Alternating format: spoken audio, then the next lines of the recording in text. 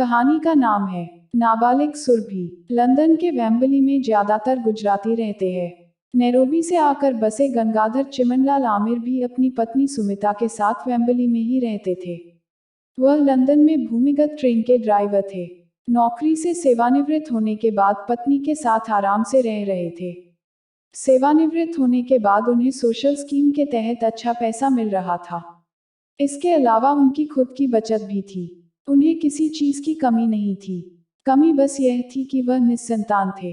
किसी दोस्त ने गंगाधर भाई को सलाह दी कि वह कोई बच्चा गोद ले ले।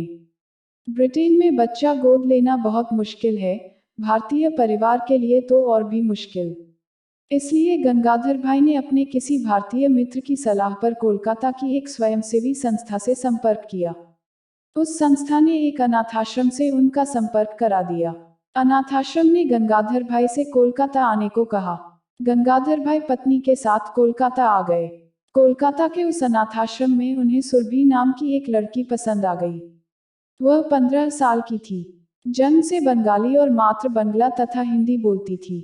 देखने में एकदम भोली, सुंदर और मुग्धा थी। पति पत्नी ने सुरभि को पसंद कर लिया। सुरभि भी उनके साथ लंदन जाने को तैयार हो गई। गंगाधर भाई ने सुरभि को गोद लेने की तमाम कानूनी प्रक्रिया पूरी कर ली। सुरभि को वीजा दिलाने में तमाम मुश्किलों का सामना करना पड़ा। तरह तरह के प्रमाण पत्र देने पड़े। आखिर 6 महीने बाद सुरभि को वीजा मिल गया। सुरभि लंदन पहुंच गई। उसके लिए वहां सब कुछ नया नया था। नया देश, नई दुनिया, नई भाषा, नए लोग, सब कुछ नया। वहां उसका एक स्कूल में दाखिला करा दिया गया। उसने जल्दी ही अंग्रेजी सीख ली। वह गोरी थी और छोटी भी, इसलिए जल्दी से गोरे बच्चों के साथ घुल मिल गई। स्कूल में तमाम गुजराती, पंजाबी और बांग्लादेश से आए परिवारों के बच्चे पढ़ते थे। सुरभि अब बड़ी होने लगी। वह अकेली लंदन में अंडरग्राउंड ट्रेन में सफर कर सकती थी। बिल्कुल अकेली पिकाडाली तक जा सकती थी। वह पढ़ने में भी अच्छी थी। सुरभि को गोद लेने वाले गंगाधर भाई और उनकी पत्नी सुमिता अपनी इस बेटी से खुश थे। छुट्टी के दिनों में वे कभी उसे मैडम तुषार म्यूजियम दिखाने ले जाते, तो कभी उसे हाइड पार्क घुमाने ले जाते। मित्रों के घर पार्टी में भी सुरभि को हमेशा साथ रखते। सुरभि सुमिता को मम्मी कहती तो वह खुश हो जाती। उन्हें ऐसा लगता कि सुरभि उनकी कोख जनी बेटी है। वह स्कूल तो जा ही रही थी, अब कभी कभार अपनी सहेली के घर रुक जाती। फिर वह हर शनिवार को सहेली के घर रुकने लगी। अभी वह 17 साल की ही थी। एक दिन सुमिता को पता चला कि सुरभि घर से तो अपनी सहेली के घर जाकर रुकने की बात कह कर गई थी, पर वह सहेली के घर गई नहीं थी। उन्होंने सुरभि से सख्ती से पूछताछ की तो वह खींच कर बोली, this is none of your business. Surabhi की इस बात से गंगाधर भाई और सुमिता को गहरा आघात लगा। कुछ दिनों बाद एक दूसरी घटना घटी। सुरभि अक्सर स्कूल नहीं जाती थी। गंगाधर भाई और सुमिता ने जब उससे पूछा तो उसने कोई संतोषजनक जवाब नहीं दिया। पति पत्नी ने सुरभि की सहेलियों से पूछताछ की तो पता चला कि वह सुरजोत नाम के एक पंजाबी लड़के के साथ घूमती है। चालू स्कूल में भी वह स्कूल छोड़कर उसके साथ बाहर घूमने चली जाती है। गंगाधर भाई ने शाम को सुरभि से पूछा, मुझे पता चला है कि तुम सुरजोत नाम के किसी लड़के के साथ घूमती हो, क्या यह सच है? I am a free girl, Surabhi ने कहा। मैं कहाँ जाती हूँ और बाहर जाकर क्या करती हूँ, यह आपको बिल्कुल नहीं पूछना चाहिए। सुमिता ने कहा, पर बेटा, तुम हमारी बेटी हो, हमें चिंता होती है। तुम अभी 17 साल की ही तो हो। You are not my biological mother, I am your adapted girl. आपने अपने स्वार्थ के लिए मुझे गोद लिया है। मैं आपकी कोख से पैदा नहीं हुई हूँ। मेरे ऊपर आपके मर्यादित अधिकार है, समझिए। मतलब? सुमिता ने पूछा। I am not a part of your body. मैं तुम्हारे शरीर का कोई भी हिस्सा नहीं हूँ। मेरे शरीर पर मेरा ही अधिकार है। सुरभि की बात सुनकर गंगाधर भाई को गुस्सा आ गया। उन्होंने सुरभि को एक तमाचा मार दिया। सुरभि चिल्लाई, this is first and last. अगर दूसरी बार तुमने ऐसा किया तो मैं पुलिस बुला लूंगी।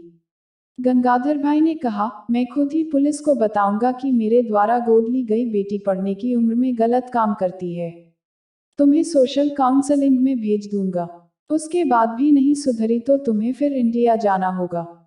इंडिया वापस भेजने की बात सुनकर सुरभि सोच में पड़ गई। वह एकदम चुप हो गई और अपने बेडरूम में चली गई। अगले दिन उठकर उसने मम्मी पापा से सॉरी कहा। गंगाधर भाई और सुमिता शांत हो गए। सुमिता ने कहा, देखो बेटा, तुम्हारी पढ़ने लिखने की उम्र है। तुम अच्छी तरह पढ़ लिख कर अपना करियर बना लो। अभी तुम टीनेज हो, जिस लड़के के साथ मन हो नहीं घूम सकती।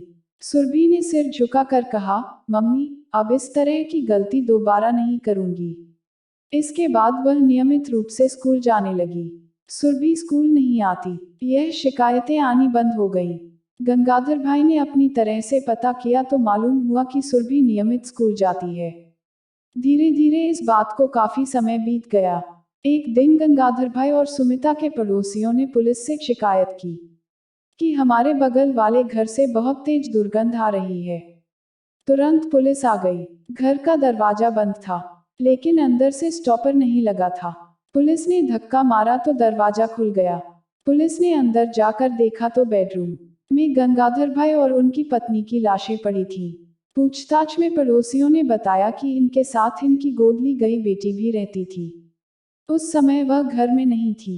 दोनों लाशों को पुलिस ने पोस्टमार्टम के लिए भिजवा दिया। उनकी गोद ली गई बेटी गायब थी।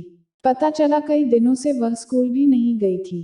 पोस्टमार्टम रिपोर्ट आई तो बताया गया कि पति पत्नी के मरने से पहले खाने में नींद की दवा दी गई थी। उसके बाद गंगाधर भाई की हत्या चाकू से और सुमिता की हत्या मुंह पर तकिया रखकर की गई थी। पुलिस का पहला शक मारे गए पति पत्नी की दत्तक बेटी सुरभि पर गया। उन्होंने गंगाधर भाई और सुरभि के मोबाइल का कॉल रिकॉर्ड चेक किया। 2 ही दिनों में पुलिस सुरभि के बॉयफ्रेंड सुरजोत के घर पहुंच गई। सुरजोत अकेला ही अपनी विधवा मां के साथ रहता था। सुरभि भी उसी के घर मिल गई। पुलिस ने दोनों से सख्ती से पूछताछ की तो सुरभि और सुरजोत ने स्वीकार कर लिया कि उन्होंने प्रेम का विरोध करने की वजह से गंगाधर भाई और सुमिता की हत्या की थी। सुरभि ने बताया, उस रात मैंने ही अपने पालक माता पिता के खाने में नींद की गोलियां मिला दी थी, जिससे वे जाग न सके। दोनों गहरी नींद सो गए तो सुरजोत को बुला लिया। उसके बाद अपनी पालक माता सुमिता के मुंह पर तकिया रखकर पूरी ताकत से दबाए रखा तो उनकी सांसों की डोर टूट गई। सुमिता के छटपटाने की आवाज सुनकर मेरे पालक पिता गंगाधर भाई जाग गए। सुरजोत अपने साथ चाकू लाया था। उसी चाकू से उसने गंगाधर भाई पर ताबड़तोड़ वार करके उन्हें बुरी तरह घायल कर दिया। उसके बाद हम दोनों भाग गए।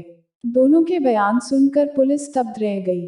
सुरभि अभी नाबालिग थी। पुलिस ने उसकी मेडिकल जांच कराई तो पता चला कि वह गर्भवती। कहानी अच्छी लगे तो इसे लाइक कीजिए, शेयर कीजिए और सब्सक्राइब करना ना भूले और बेल आइकन को जरूर दबाएं। धन्यवाद।